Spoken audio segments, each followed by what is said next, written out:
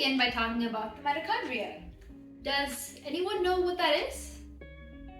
Well, duh, it's the powerhouse of the cell. Everyone knows that.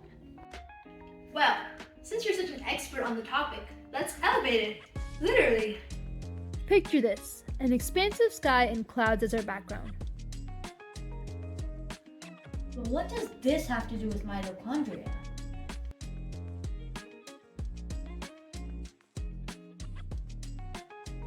Welcome to the world of model rockets. Here we're going to shift from the microscopic to the macroscopic. In the realm of model rocketry, the powerhouse isn't just an organelle, but instead a motor. They may look tiny, but they sure do pack a punch. There are different classes, A, B, C, D, and E being the most powerful.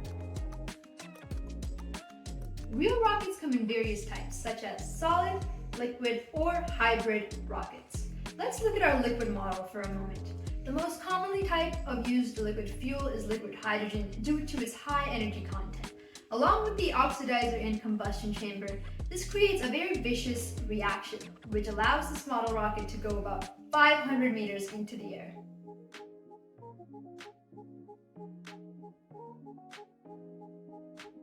So this is what a simple rocket looks like on the stand. Here's the launch lug and the wadding that goes inside. And that is where you put the motor in. That is in fact an A motor, which is one of the more basic ones, but motors can go all the way up to E. It pops right in place and then you're on to the parachute. So you have the parachute and you fold it in a very specific way so it pops right out once you're up in the air. Now you add the spark plug into the motor so that when electricity runs through it, a reaction occurs and your rocket goes up. Once the wires are attached to your spark plug, you are ready to go launch a rocket.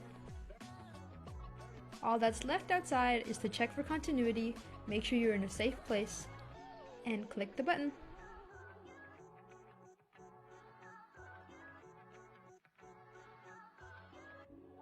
So, what do you think? The motor and fuel, just like the mitochondria, serve to power the entire system. Huh, you're right. It's 5 stars from me. From the fuel to the fins, every little detail contributes to the overall mission.